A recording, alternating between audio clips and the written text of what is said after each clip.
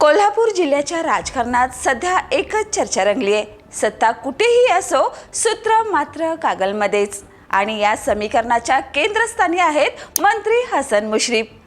नमस्कार, मी सुरेखा आणि आपण पाहतात तारा न्यूज। जिल्ह्यातील सर्व महत्त्वाच्या आर्थिक आणि राजकीय सत्ता केंद्रावर कागल तालुक्याचा प्रभाव वाढत चालला असून यामुळे महायुतीतच दबक्या आवाजात नाराजीचा सूर उमटू लागलाय। जिल्हा बँक, गोकुळ दूध संघ, बाजार समिती आणि जिल्हा परिषद या चार प्रमुख सत्ता केंद्रावर नियंत्रण म्हणजे संपूर्ण जिल्ह्याच्या राजकारणावर वर्चस्व। आणि नेमकं हेच समीकरण मुश्रीफ यांनी अत्यंत कुशलतेने आपल्या बाजूने फिरवलंय। जिल्हा बँकेच्या अध्यक्षपदावर स्वतः मुश्रीफ अनेक वर्ष कायम आहेत। गोकुळ सारख्या प्रभावी संस्थांच्या अध्यक्षपदी त्यांचे पुत्र नवीद मुश्रीफ विराजमान आहेत। म्हणजेच आर्थिक सत्तेचे दोन मोठे किल्ले एकाच घरात। बाजार समितीवर सूर्यकांत पाटील यांची निवड, जे मुश्रीफ यांचे निकटवर्तीय आणि कागलचेच, ही देखील त्याच रणनीतीचा भाग मानली जाते। त्यांच्या नाराजीच्या चर्चा रंगल्या, राजीनाम्याचे संकेत दिले गेले, पण प्रत्यक्षात सत्तेची पकड अजूनही ढळलेली नाही। त्यातच गोकुळच्या स्वीकृत संचालकपदी युवराज पाटील यांची निवड, जे मुश्रीफ यांचे उजवे हात म्हणून ओळखले जातात, ही आणखी एक चाल। आता या सर्वावर कळत चढवला तो म्हणजे जिल्हा परिषद अध्यक्षपदाच्या निर्णयाने।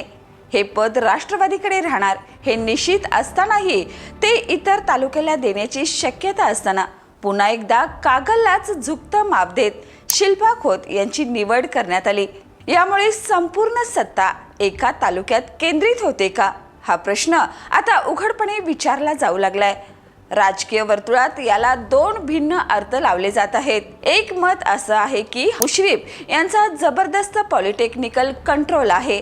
त्यांनी वर्षानुवर्ष संघटन उभी केली, निष्ठावंत कार्यकर्त्यांना संधी दिली आणि सत्ता आपल्या हातात घट्ट ठेवली। तर दुसरं मत अधिक आक्रमक, ही सत्ता केंद्रीकरणाची धोकादायक प्रवृत्ती आहे। कारण इतर तालुक्यातील नेत्यांना संधी न मिळाल्यास नाराजी उफाळून येण्याची शक्यता नाकारता येत नाही। पन्हाळ्यात उमटलेली नाराजी ही त्याचीच एक झलक मानली जाते।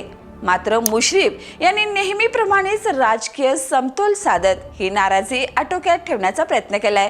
त्यांची खासियत म्हणजे विरोधकांनाही वेळेवर हँडल करण्याची क्षमता, आणि त्यामुळेच ते आजही जिल्ह्याच्या राजकारणातील पॉवर सेंटर मानले जातात।